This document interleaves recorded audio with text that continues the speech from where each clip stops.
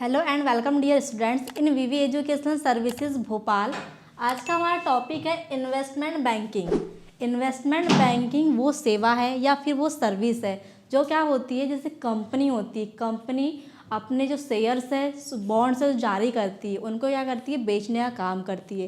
Company अपने shares और bond को बेचकर मार्केट में पैसा जुटाती है, वही क्या कहलाती है, इन्वेस्टमेंट बैंकिंग कहलाती है। इन्वेस्टमेंट बैंकिंग का मतलब ये नहीं है कि कोई एक बैंक है, रजिस्टर बैंक है, वो सिर्फ क्या है, एक सर्विस देती है जो कंपनी के शेयर्स और बॉन्ड को बेचकर मार्केट में पैसा जुटाती है, ताकि अगर कोई बड़ी कंपनी को पैसों की ज़रूरत है या फिर किसी को फंड चाहिए तो उसमें क्या कर सके, वो उसे प्रोवाइड कर सके। इसलिए इन्वेस्टमेंट बैंकिंग है वो शेयर्स और बॉन्ड को बेचकर पैसा जुटाने का या मार्केट में पैसा जुटाने का काम करती है।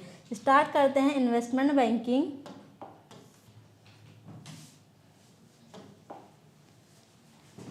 Investment banking is the division of banking that help companies and government rise fund, manage large financial deals and give expert advice for merger, acquisition and investment.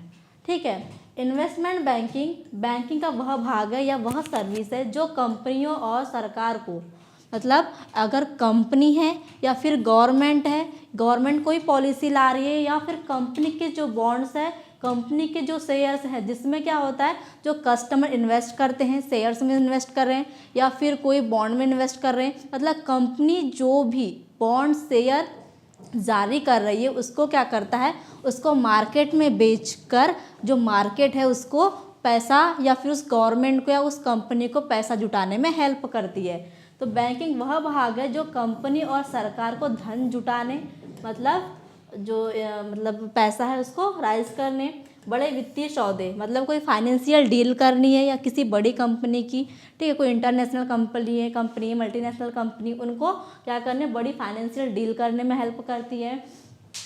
विलय अधिग्रहण व निवेश के लिए विशेषज्ञ की सलाह देने का काम करता है। ठीक है, विलय अधिग्रहण, ठीक है, इस शब्द का मतलब होता है मर्जर एंड एक्विजिशंस। ठीक है, मर्जर और एक्विजिशन मतलब विलय और अधिग्रहण। मर्जर का मतलब होता है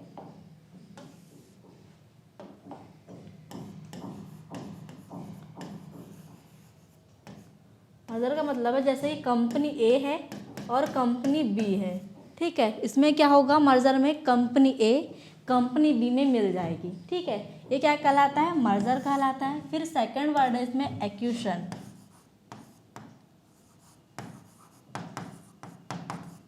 ठीक है, इसका मतलब होता है, मान लो एक कंपनी है और ये बी कंपनी है। ठीक है, इसमें होता है कि ए कंपनी क्या करती है, बी कंपनी को खरीद लेती है और दोनों मिलकर कोई एक नई कंपनी बना लेते हैं। इसमें मतलब कंपनी ए ने बी को खरीदा और अपना नाम चेंज कर लिया, सी रख दिया या फिर ए ही रखा।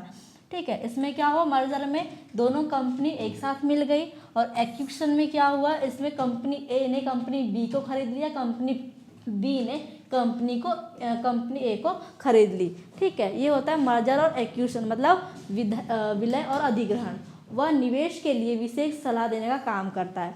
मतलब जो बैंक इन्वेस्टमेंट बैंकिंग है उसका दो मुख्य तरीके से काम है, या तो फिर वो कंपनी या फिर गवर्नमेंट को पैसा जुटाने में हेल्प करती है, या फिर सलाह देने, मतलब एक विशेष सलाह, मतलब कैसी सलाह कि आप क्या कर सकते हैं, कंपनी उधार ले सकते हैं या फिर कंपनी के जो शेयर्स है बॉन्ड है उसको उधार ले सकते हैं, कंपनी ए को कंपनी बी को खरीद सकते हैं। ठीक है, या फिर आप दोनों कंपनी मिला सकते हैं, ऐसी एडवाइस देना, इन्वेस्टमेंट कराना, अदर जो भी चीज़ें होती है उनकी सलाह देना और क्या करना, पैसा जुटाना ही क्या है, इन्वेस्टमेंट बैंकिंग का काम है। ठीक है, एग्जाम्पल देखिए, जब कोई कंपनी शेयर या बॉन्ड के जरिए पैसा जुटाती है और उसमें इन्वेस्टमेंट बैंक मदद करता है। मतलब इसमें क्या हुआ, एक कंपनी थी, एक कंपनी ने क्या किया, अपने शेयर्स और अपने बॉन्ड्स के जरिए, मतलब अपने जो कंपनी के शेयर्स है बॉन्ड्स है उसको क्या किया, बेचा। ठीक है, बेचा और क्या किया, उसमें पैसा कमाया, फिर या फिर मार्केट में बेचकर वहाँ से पैसा जुटाया। इसे क्या कहते हैं, इन्वेस्टमेंट बैंकिंग कहते हैं। सिंपल सा मीनिंग ये है कि वह सेवा, इन्वेस्टमेंट बैंकिंग वो सेवा है जिसमें कंपनी अपने बॉन्ड्स, अपने शेयर को बेचकर मार्केट से पैसा जुटाती है, या फिर अदर किसी भी कंडीशन में जो भी कंपनी है गवर्नमेंट को सलाह देती है कि उसे क्या करना चाहिए। यही होता है इन्वेस्टमेंट बैंकिंग।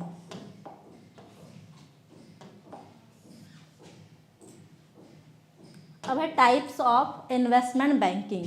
इन्वेस्टमेंट बैंकिंग के 3 टाइप्स हैं, ठीक है, बल्ज ब्रैकेट, मिडिल मार्केट और बुटीक। ये 3 टाइप्स ऑफ इन्वेस्टमेंट बैंकिंग होते हैं। बल्ज ब्रैकेट मतलब वह कंपनी या फिर वह डील जो बड़ी बड़ी मल्टीनेशनल इंटरनेशनल कंपनियों के साथ होती है या उनके द्वारा की जाती है।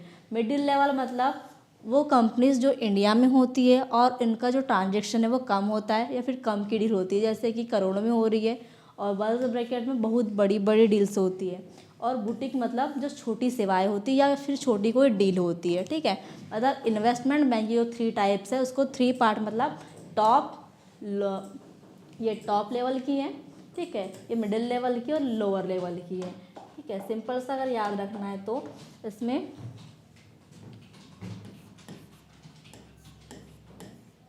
ये टॉप लेवल है, मिडिल लेवल है, और बुटीक क्या होता है,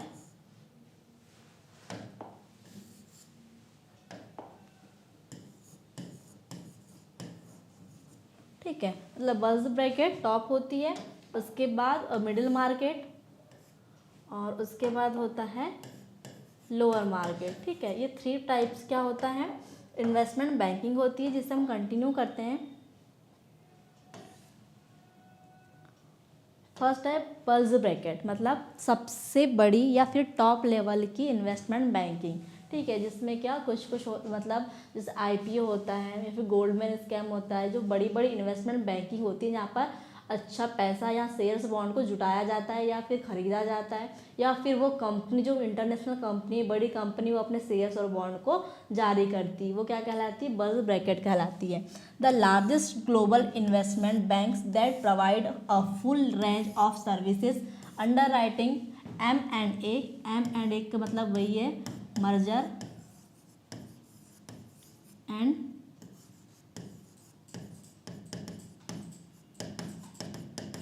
एक्विजिशन। मतलब इसमें क्या हुआ था, कंपनी ए और कंपनी बी मिल गई थी, और इसमें क्या हुआ था, कंपनी ए ने कंपनी बी को खरीद लिया था, ठीक है।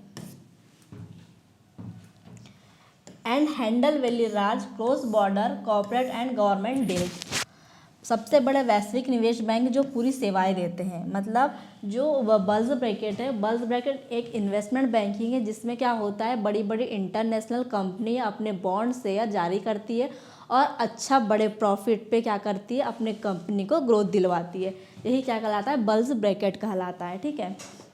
बड़े आईपीओ, विलय अधिग्रहण और अंतर्राष्ट्रीय लेन देन संभालते हैं। मतलब जो मल्टीनेशनल डील्स हो रही है, ठीक है, उसमें या फिर कोई बड़ी कंपनी को खरीद रही है, या फिर कोई 2 मल्टीनेशनल कंपनी मिल रही है, या दोनों को मिला हो रहा है, ठीक है, मतलब अधिग्रहण हो रहा है, वो क्या कहलाता है, मतलब वही बल्ज ब्रैकेट कहलाती है। एग्जाम्पल देखिए, अगर टाटा या रिलायंस कोई बड़ी विदेशी कंपनी खरीदे, ठीक है, मतलब इसमें क्या हुआ, इसमें अधिग्रहण हुआ। टाटा रिलायंस ने क्या किया, अपनी जैसी कोई एक बड़ी विदेशी कंपनी से मिल गई, ठीक है, या फिर उनको खरीद लिया। ये क्या कर सकती, ये कौन कर सकता है, ये बल्ज ब्रैकेट इन्वेस्टमेंट बैंकिंग कर सकती है।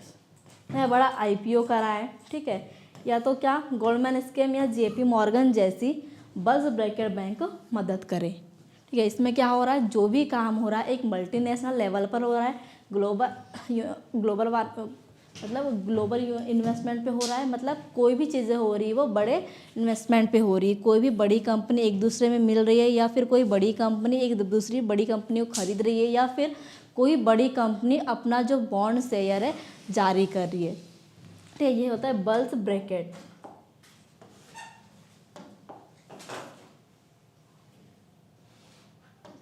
सेकेंड है middle market, investment bank that serve mid size companies, they handle medium size M&A, capital raising and advisory work, large than boutique deals but smaller than bulge bracket transactions. इसमें क्या कहा गया है, मध्यम आकार की कंपनी के लिए काम करने वाले बैंक जो मिड साइज के उद्यमों को वित्तीय और सलाहकारी काम करते हैं, मतलब जो बल्ज ब्रैकेट था उससे कम, ठीक है, उसका फंड कितना होना चाहिए, जो बल्ज ब्रैकेट है उससे जिसका कम होता है। मान लो एग्जाम्पल में दिया है, एक 300 से 800 करोड़ की कंपनी है, अपने एक्सपेंस के लिए फंड राइज करना चाहती है।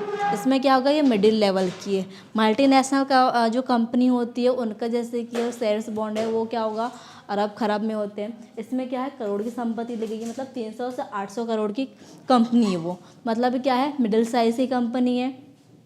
वो मिडिल साइज की कंपनियां जो अपने फंड्स, अपने शेयर्स जारी कर रही है या फिर अपने जो शेयर्स, अपने फंड को मार्केट में बेच रही है, पैसा जुटा रही है, वो क्या कहलाती है, मिडिल साइज की, या फिर उसको कहते हैं मिडिल मार्केट।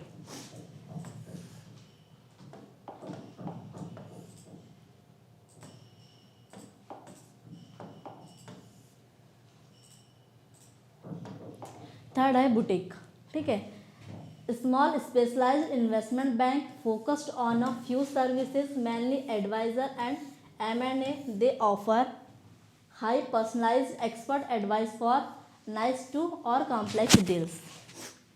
छोटे और विशेषज्ञ निवेश जो खास तौर पर सलाहकारी सेवाएं, मतलब इसमें क्या हो रहा है, जो छोटी सुविधा है या छोटे बिजनेस है या छोटी कंपनीज है, मतलब जैसे मिडिल मार्केट में हमने देखा था, कंपनी कितने की थी, 300 से 800 करोड़ की वो कंपनी थी।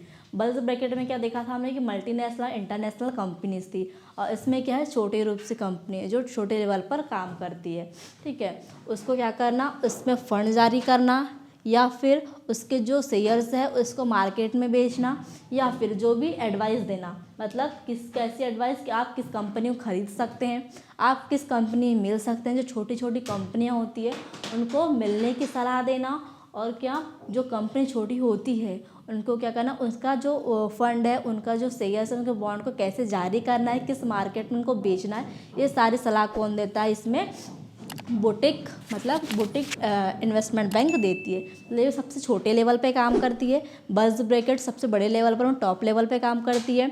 उसके बाद क्या था, मिडिल मार्केट, वो सेकंड लेवल, मतलब मिडिल लेवल पे काम करती है। जो बुटीक है वो लोअर लेवल पे काम करती है, जिसमें छोटी सी कंपनी क्या करती है, अपने शेयर्स और बॉन्ड्स जारी करती है और उसे मार्केट में बेचकर पैसा जुटाती है, किसके लिए, कंपनी के लिए।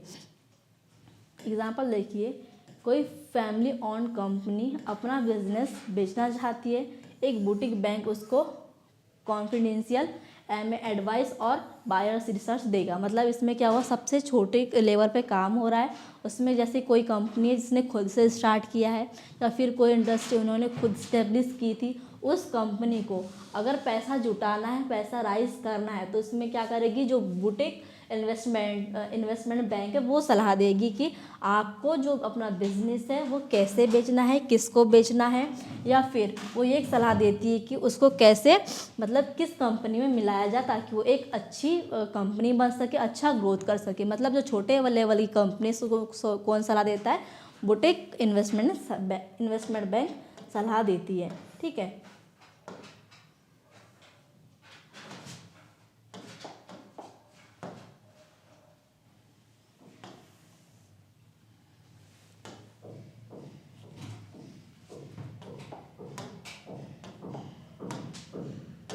ठीक है, तो ये था इन्वेस्टमेंट बैंक। इन्वेस्टमेंट बैंक क्या होती है, इन्वेस्टमेंट बैंक ना कोई संस्था है और ना ही फिर कोई बैंक है, वो एक सेवा है जिसमें क्या होता है, जो कंपनी अपने शेयर्स और बॉन्ड जारी कर रही है उसको क्या करती है, मार्केट में बेचकर कंपनी को और गवर्नमेंट को पैसा दिलवाती है या पैसा जुटाने में हेल्प करती है। वही क्या कहलाता है, इन्वेस्टमेंट बैंकिंग कहलाता है। उसके 3 टाइप्स है, बल्ज ब्रैकेट, मिडिल मार्केट और थर्ड बुटीक।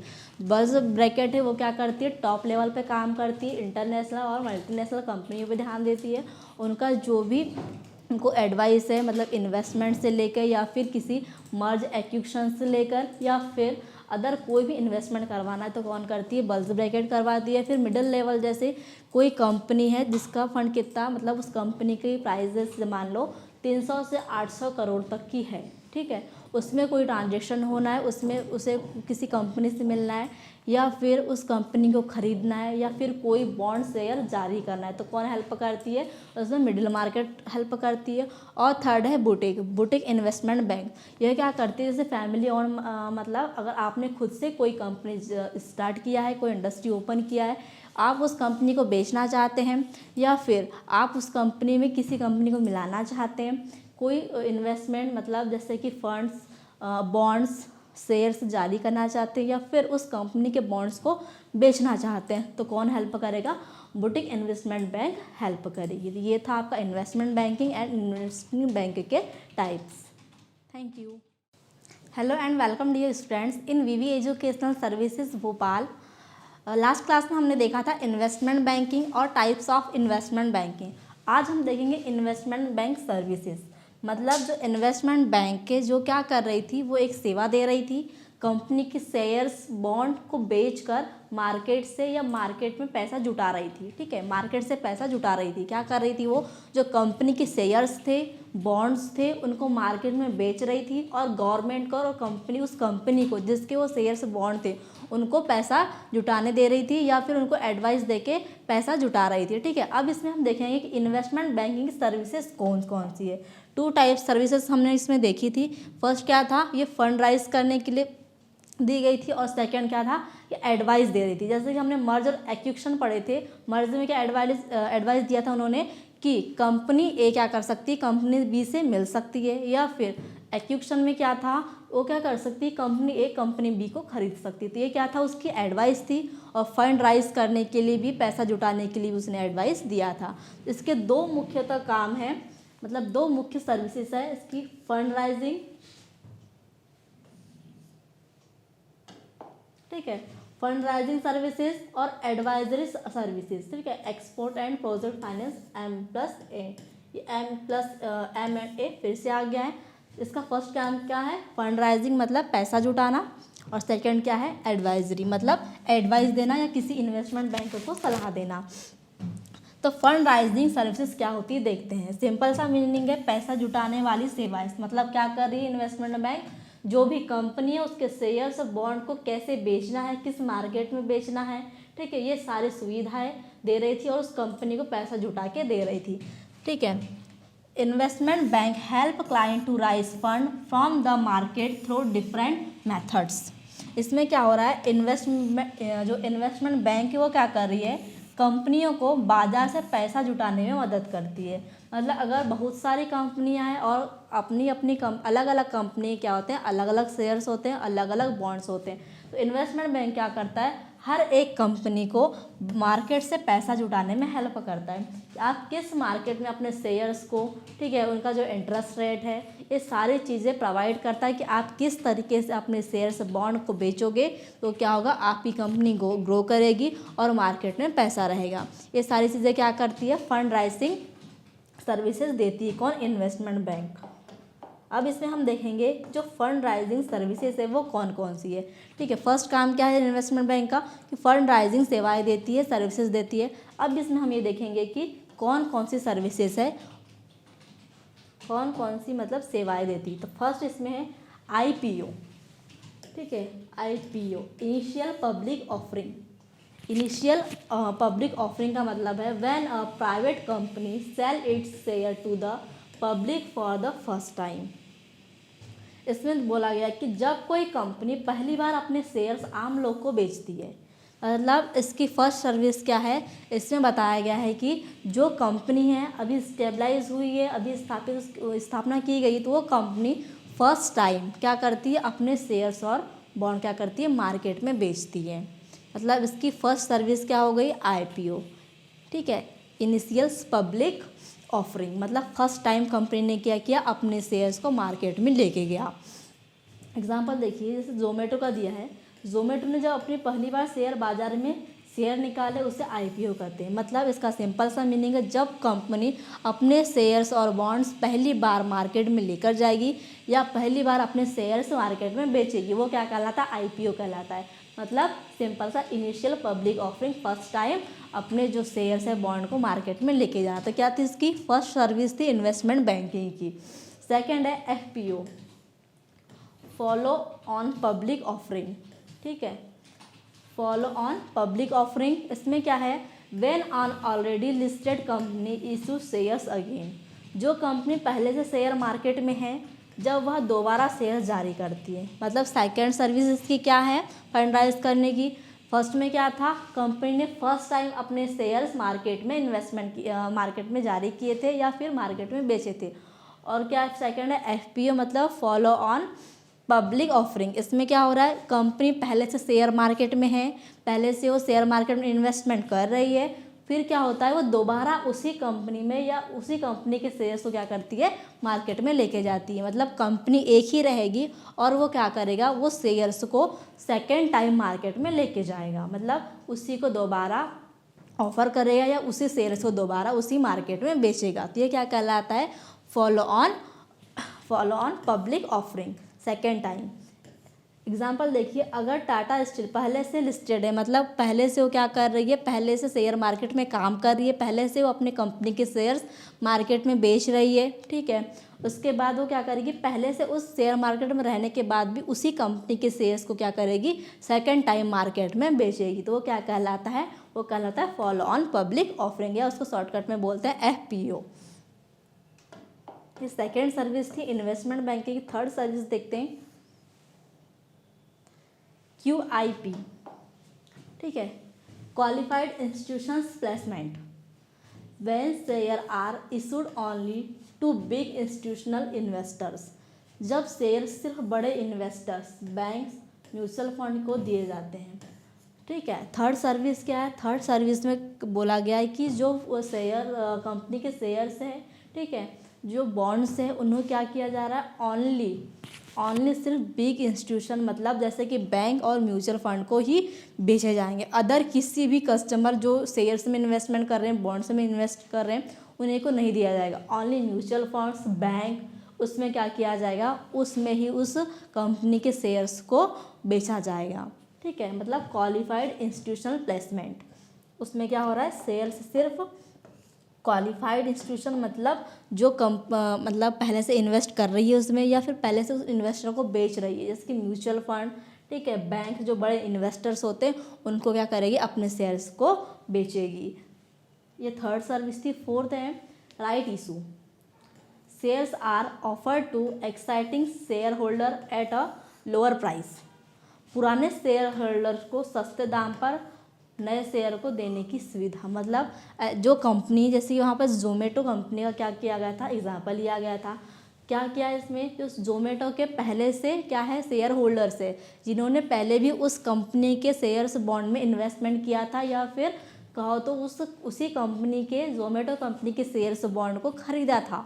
वही क्या करेगा, जोमेटो कंपनी जो अपने पुराने शेयर होल्डर्स है, मतलब उसके जो पुराने ग्राहक है, उसको क्या करेगा, उसको कम प्राइस में अपने बॉन्ड, अपने शेयर्स को बांटेगा, ठीक है। जो उसके नए बॉन्ड जारी हुए हैं, जो नए शेयर्स उन्हें जारी किया है इस कंपनी में, वो क्या करेगा, अपने नए शेयर्स को, नए बॉन्ड्स को अपने जो पुराने ग्राहक है, जो उसके नए मतलब शेयर होल्डर्स है, उनको नए पुराने दामों में ही बेचेगा, मतलब कम दाम में बेचेगा। ये क्या था, राइट इशू। एग्जाम्पल देखिए, अगर तुम्हारे पास 100 शेयर्स है और कंपनी तुम्हें और 50 सस्ते में लेने का मौका दे। मतलब इसमें क्या हुआ है, कंपनी ने क्या किया, जो अपने पुराने शेयर होल्डर्स थे, मतलब जो उसके पुराने ग्राहक थे जोमेटो कंपनी के, उसने क्या किया, अपने नए जो बॉन्ड्स थे उसको क्या किया, कम प्राइस में दिया। मान लो उसका प्राइस अन्य कस्टमर के लिए 100 रुपये था, तो उसने क्या किया, उस शेयर्स को अपने पुराने शेयर होल्डर को 50 रुपये में दिया, ठीक है। तो ये क्या थी, फोर्थ सर्विस थी। नेक्स्ट देखते हैं preferential allotment. Preferential allotment, shares are given to select people और इन्वेस्टर्स। कुछ खास लोगों को ही शेयर्स दिए जाते हैं इसमें। मतलब अगर कंपनी ने कोई शेयर्स जारी किया है, बॉन्ड जारी किया है, तो वो सिर्फ किसको देगा, अपने प्रेफरेंस में जिसे वो देना चाहता है, ठीक है। मतलब कुछ ही लोग को, कुछ से खास लोग हैं, उसी को वो क्या देता है, ठीक है, शेयर्स, अपने बॉन्ड्स कुछ खास लोगों को, कुछ प्रेफरेंस जिसको देना चाहता है उन्हीं को देगा, सभी कस्टमर्स को नहीं देगा। एग्जाम्पल देखिए, कंपनी अपने प्रमोटर या किसी स्पेशल इन्वेस्टर को सीधे शेयर दे, ये प्रेफरेंशियल अलॉटमेंट है। मतलब उसमें क्या है, उस कंपनी का कौन है, प्रमोटर है, स्पेशल इन्वेस्टर है जिसने क्या किया है, उस कंपनी में पहले से इन्वेस्ट किया है, उस कंपनी के शेयर्स को ख़रीदा है, उसी को वो क्या करेगा, उन्हीं को वो प्रेफरेंस देगा, मतलब पहले उन्हीं को वो क्या करेगा, अपने शेयर्स को बेचेगा। मतलब स्पेशल इन्वेस्टर को ही क्या करेगा, वो अपने शेयर्स बॉन्ड को खरीदने को बोलेगा या उन्हीं को वो बेचेगा। फिर है FCCBs, foreign currency convertible bonds. FCCB, foreign currency convertible bonds, bond issued in foreign currency which can be converted into shares later. विदेशी मुद्रा में जारी बॉन्ड जो बाद में शेयर्स में बदला जा सकता है। तब इसमें क्या हुआ, देखिए, अगर कंपनी डॉलर में बॉन्ड निकाले और बाद में उसे क्या कर दे, शेयर में बदला जाए, मतलब अगर किसी कंपनी शेयर बॉन्ड दोनों में क्या किया, इन्वेस्ट किया है, उस कंपनी ने क्या किया, शेयर से भी जारी किए और बॉन्ड से भी लागू किए, तो क्या करेगा, पहले कंपनी ने क्या किया, डॉलर में खरीदा, मतलब डॉलर में बॉन्ड को निकाला, ठीक है, उसके बाद क्या किया, उसने उस बॉन्ड को शेयर्स में कन्वर्ट कर दिया।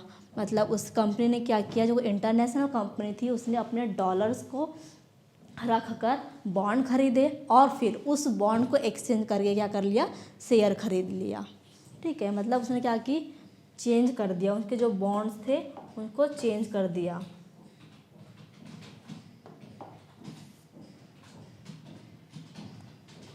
फिर है GDRS, global depository receipts, company rise money for a foreign market through GDRS, मतलब ग्लोबल डिपॉजिटरी रिसिप्ट, कंपनी विदेशों से पैसा जुटाने के लिए GDR जारी करती है। मतलब इसमें क्या होगा, जैसे कोई कंपनी है वो क्या करेगी, कोई अदर कंट्री में, ठीक है, अदर कंट्री के मार्केट में इन्वेस्टमेंट करेगी, या अपने जो कंपनी है, और कोई इंडियन कंपनी, तो इंडियन कंपनी क्या करेगी, अदर कंट्री में के मार्केट में जाके अपने शेयर्स और अपने बॉन्ड को बेचती है, वो क्या होता है, GDR कहलाता है। ये क्या था, ये फंड राइज करने की सर्विसेज थी, मतलब वो सर्विसेज जहाँ पर हम फंड क्या कर सकते हैं, राइज कर सकते हैं, किस किस माध्यम से कर सकते हैं उसमें बताया गया है। क्या कर सकते हैं आप, जैसे फर्स्ट में IPO था, उसमें क्या हुआ था, आप क्या करेंगे, अपने शेयर्स को, अपने बॉन्ड्स को पहली बार मार्केट में लाएंगे, या फिर क्या कर सकते हैं, आप कंपनी के पहली बार उसको बेच चुका है, फिर क्या करेगा, उसी कंपनी के बॉन्ड्स को सेकेंड टाइम मार्केट में लाएगा, ठीक है। फिर जैसे कि हमने और क्या देखा था, हमने देखा था कि अपने जो शेयर होल्डर्स हैं उसको कम दामों में क्या करना, अपने शेयर्स को बेचना। ये क्या थे, फंड राइज करने की मतलब कंपोनेंट्स थे कि हम किस किस टाइप से अपने फंड को राइज कर सकते हैं, ठीक है। तो लास्ट में वाले में GDRS में क्या हुआ, उसने क्या किया, अपने जो शेयर्स थे उनको, अपने इंडियन कंपनी के शेयर्स को इंटरनेशनल कंपनी बोल सकते हैं, या फिर अदर कंट्री के मार्केट में जाकर अपने शेयर्स को बेचा। अब है एडवाइजरी सर्विसेज, मतलब सलाह देने वाली सेवाएं। फर्स्ट में क्या था, फंड राइज करने वाला, मतलब पैसा जुटाने वाली सर्विसेज थी, अब है सलाह देने वाली सर्विसेज। इसमें फर्स्ट है, जैसे इन्वेस्टमेंट बैंक सिर्फ पैसा नहीं जुटाता बल्कि सलाह भी देता है। फर्स्ट हमने क्या देखे थे, जिसमें इन्वेस्टमेंट सिर्फ क्या कर रही थी, पैसा जुटाने की सलाह दे रही थी या सर्विसेज दे रही थी। अब है, जब क्या होगा, जब इन्वेस्टमेंट बैंक सलाह देगी कि उसको कैसे बेचा जा सकता है, या फिर उसको कंपनी में कैसे मिलाया जा सकता है, या फिर कोई कंपनी उस कंपनी को कैसे खरीद सकती है, या फिर अदर कोई भी इन्वेस्टमेंट बैंक से रिलेटेड प्रॉब्लम्स होती है, या फिर किसी बैंक को इन्वेस्टमेंट करना है, तो किसी कंपनी को इन्वेस्टमेंट करना है, तो जो सारी सलाह कौन देता है, अभी हम पढ़ेंगे। मतलब फर्स्ट में इसमें दिया है एक्सपोर्ट एंड प्रोजेक्ट फाइनेंस, ठीक है। एक्सपोर्ट इसकी फर्स्ट सर्विस है, सलाह देने वाली, मतलब एडवाइज़र सर्विस की फर्स्ट सर्विस है export and project finance. Investment bank सरकार और कंपनी को एक्सपोर्ट और प्रोजेक्ट रिलेटेड फाइनेंस की सलाह देती है। इसमें क्या हुआ है, इन्वेस्टमेंट बैंकिंग ने क्या किया, सरकार को और कंपनीज को, मतलब जो कंपनी अपने शेयर्स बॉन्ड जारी कर रही है उनको क्या किया है, एक्सपोर्ट और प्रोजेक्ट रिलेटेड, मतलब अगर आपको कोई कंपनी है आप कंपनी में आपका जो प्रोडक्ट बन रहा है, जिस चीज़ की आप प्रोडक्टिविटी कर रहे हैं, उस प्रोडक्ट को क्या करना, एक्सपोर्ट करना, मतलब अदर कंट्री में बेचना, उसकी सलाह देती है, ठीक है। प्रोजेक्ट रिलेटेड फाइनेंस, मतलब कोई प्रोजेक्ट है किसी कंपनी से रिलेटेड, या अदर उसमें कोई प्रॉब्लम्स आती है कोई सी कंपनी में, मतलब जो भी चीज़ें हो रही है उसको सलाह देने का काम कौन करती है, एक्सपोर्ट एंड प्रोजेक्ट फाइनेंस करती है।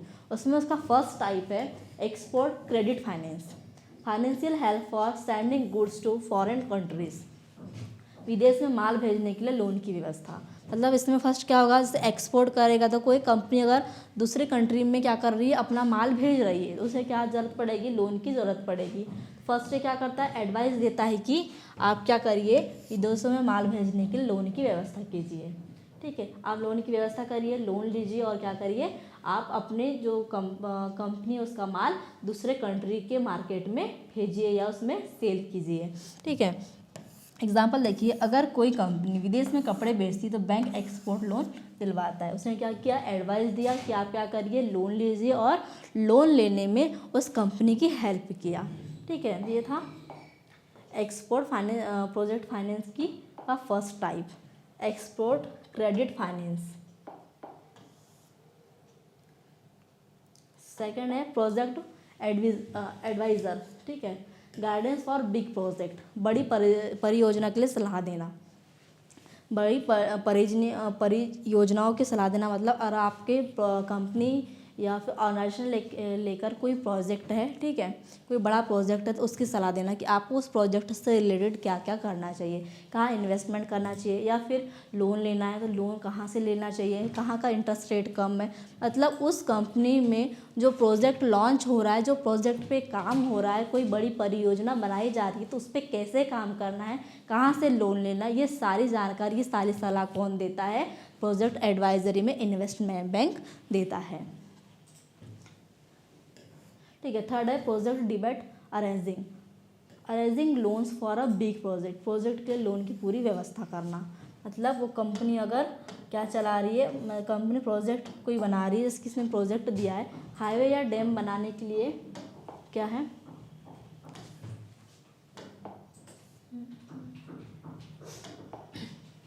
हाईवे या डैम बनाने के लिए कौन सा बैंक कितनी लागत। ठीक है, मतलब अगर आप डैम बना रहे हैं, कोई हाईवे बना रहे हैं, तो उससे रिलेटेड आपको अगर लोन लेना है तो किस बैंक से लेना चाहिए, ये भी एडवाइस कौन देता है, इन्वेस्टमेंट बैंक देता है। ठीक है, एग्जाम्पल देखिए, मेट्रो प्रोजेक्ट के लिए 5,000 करोड़ का लोन अरेंज करना। मतलब क्या हुआ, इसने सलाह दिया कितनी लागत लगेगी। ठीक है, प्रोजेक्ट एडवाइजरी में क्या हुआ, उसने उस प्रोजेक्ट में, उस प्लानिंग में कितनी लागत लगेगी इसका क्या किया, इसके बाद बोली उसने, ठीक है, कि कितनी लागत लगेगी, ये बात की सलाह दी। उसके बाद क्या किया, उसने प्रोजेक्ट डिबेट अरेंजिंग भी किया, जितनी लागत लग रही थी उसको कितना लोन लेना चाहिए और कहाँ से वो लोन लेना चाहिए, इस बात की भी उसने क्या की, उस बात की भी सलाह दी। और उसने क्या बताया कि प्रोजेक्ट के लिए 5,000 करोड़ का क्या चाहिए, लोन लेना चाहिए, और उसको लोन कहाँ से लेना है, कहाँ से अरेंज करना है, वो भी बताया। और उस लोन को अरेंज करके भी किसने दिया, इन्वेस्टमेंट बैंक ने किया। ठीक है, फिर है forfaiting, helping exporter to get immediate cash, export करने वाले को जल्दी पैसा दिलवाना। मतलब जिस व्यक्ति को क्या करना है, अपना माल दूसरे कंट्री में एक्सपोर्ट करना है, उसको क्या तुरंत कैश दिलवाया, मतलब तुरंत लिक्विडिटी, जिसके शेयर्स थे, उसके जो बॉन्ड्स थे, उसको तुरंत बेचकर क्या दिया, उसको लिक्विडिटी प्रदान की, ताकि वो क्या कर सके, अपना जो माल है वो दूसरी कंट्री में एक्सपोर्ट कर सके। फिर है मर्जर एंड एक्विजिशन। ठीक है, merger and acquisition, investment bank help in merger and acquisition.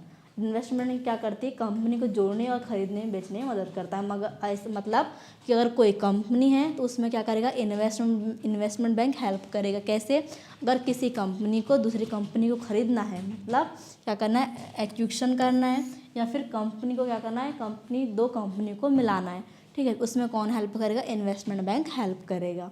मतलब अगर कंपनी ए है, कंपनी बी है, तो दोनों को जोड़ने में कौन हेल्प करेगा, इन्वेस्टमेंट बैंक हेल्प करेगा। और कंपनी जैसे ए है, वो कंपनी बी को खरीदना चाहती है, तो क्या करेगा, उसमें भी हेल्प कौन करेगा, इन्वेस्टमेंट बैंक हेल्प करेगा। मतलब उससे रिलेटेड जितनी डील हो रही है, जितने पैसों में डील हो रही है, जितना पैसा उसके पास आना है, उस सारी चीज़ों की इन्फॉर्मेशन कौन रखेगा, इन्वेस्टमेंट बैंक रखेगा। एग्जांपल दिया है, अगर टाटा एयर इंडिया खरीदती है, इन्वेस्टमेंट बैंक क्या करेगा, पूरी डील संभालेगा, मतलब कैसे खरीदना है उसको एडवाइस देगा, कितने में खरीदना है, कहाँ से लोन लेना है, कहाँ से लिक्विडिटी लेनी है, कहाँ से कैश फ्लो होगा, ये सारी एडवाइस कौन देता है, इन्वेस्टमेंट बैंक देता है। ठीक है, तो ये क्या था, इन्वेस्टमेंट बैंक की सर्विसेज थी। ठीक है, सर्विसेज में उसमें 2 सर्विसेज थी उसकी, फंड राइज करना एंड एडवाइस देना। ठीक है, थैंक यू।